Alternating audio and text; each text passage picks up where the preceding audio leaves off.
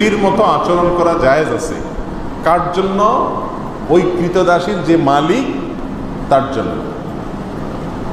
কৃতদাসীকে তিনি মনে করেছেন কৃতদাসী মানে হলো বাসার কাজের লোক, নাউজুবিল্লাহ।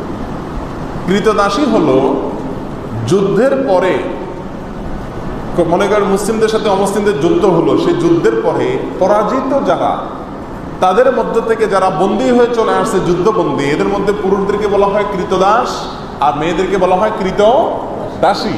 তাহলে যুদ্ধবন্দী হিসাবে গ্রেপ্তার হয়ে কোনো একটা পক্ষের হাতে না আসলে তাকে কৃতদাসী বলা। যদি একটা লোক কাজের লোক হয়, কাজের বুয়া হয়, পুরুষ হোক মহিলা হোক, সে কখনো কৃতদাসী না। কৃতদাসী যাকে ক্রয় করা হয়, বিক্রয় করা হয়, এ অপশন আছে।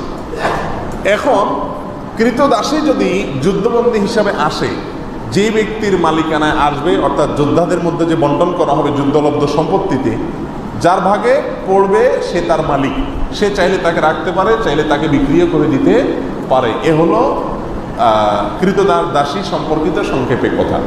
এখানে কৃতদাসীর সঙ্গে সহবাস করাকে ইসলাম অ্যালাউ করেছে কেন?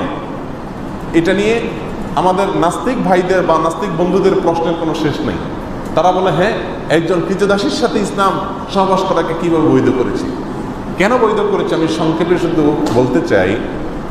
মনে করুন বাংলাদেশের মানুষের সাথে অন্য কোনো দেশের মানুষের যুদ্ধ হলো, যুদ্ধে যারা গ্রেপ্তার হয়ে বাংলাদেশের মানুষের কাছে চলে আসলো, তাদেরকে যদি পরাজিত শক্তি যারা, তারা তাদের যুদ্ধবন্দীদেরকে নেওয়ার জন্য কোনো চুক্তিতে আসতে পারলো না, যে কোনোভাবে নিতে পারলো না, ফেরত নিতে পারলো না, এখন এই লোকগুলা যুদ্ধবন্দী হিসাবে যাদের হাতে আছে তাদের কাছে কিভাবে থাকবে? ছেলেদেরটা তো যেমন তেমন কাজকাম করলো, সমস্যা নেই। মেয়েরা তো বাসা বাড়িতে থাকবে।